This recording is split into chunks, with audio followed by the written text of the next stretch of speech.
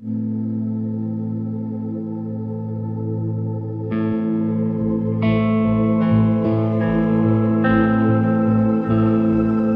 किसी पेशेंट में लीवर की कोई भी बीमारी होती है तो लीवर की बीमारी होने के बाद क्या खाना चाहिए और क्या नहीं खाना चाहिए, इसके बारे में बहुत से मिथ्स हैं, बहुत सी चीज़ें हैं जो कि गलत समझी जाती हैं। लीवर के पेशेंट को बहुत सी चीज़ें ऐसी होती है जो कि खाने में कोई भी दिक्कत नहीं होती, लेकिन ऐसा माना जाता है कि चीज़ें नहीं खानी चाहिए। तो आज के इस वीडियो में मैं आपको बताऊंगा कि लीवर की बीमारी में कौन सी चीज़ें खानी चाहिए, कौन सी चीज़ें नहीं खानी चाहिए, और लीवर के बारे में या फिर लीवर की बीमारी में जो भी डाइट लेनी चाहिए उस डाइट के बारे में क्या क्या मिथ्स है, इसके बारे में आज हम इस वीडियो में आके बात करेंगे। लीवर खराब है और अगर आप सही खाना नहीं खा रहे तो आपकी दवा भी पूरी तरह से काम नहीं करेगी। पर आपको इस बात को ध्यान में रखना चाहिए कि जो भी लीवर के पेशेंट है, लीवर की बीमारी के पेशेंट है, उस हर एक लीवर के बीमारी के पेशेंट में दही, छाछ और नारियल पानी, ये सभी चीज़ें एक जैसी सुरक्षित और सेफ नहीं होती है।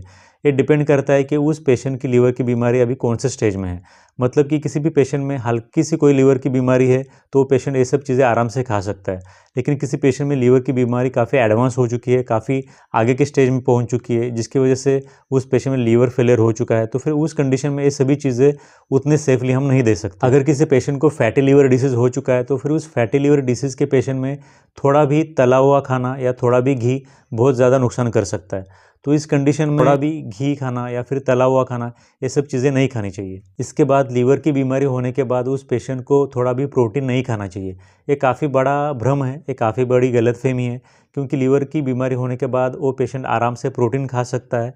ये प्रोटीन तला हुआ, उसके अंदर घी डाला हुआ, ऐसे सब चीज़ें नहीं होनी चाहिए। प्रोटीन खाने से उसे कोई भी तकलीफ नहीं होने वाली है, तो प्रोटीन खाने से कोई दिक्कत नहीं होती, प्रोटीन नहीं खाना चाहिए, सिर्फ एक गलतफहमी है। जब भी किसी पेशेंट में लीवर की बीमारी होती है तो बहुत से उस पेशेंट के घर वाले, उसके रिलेटिव्स क्या करते हैं कि किसी भी डॉक्टर की बिना कोई सलाह लिए, बिना कोई एडवाइस लिए क्या करते हैं कि उस लीवर की बीमारी के पेशेंट को कोई भी हर्बल मेडिसिन, कोई भी आयुर्वेदिक मेडिसिन दे देते हैं।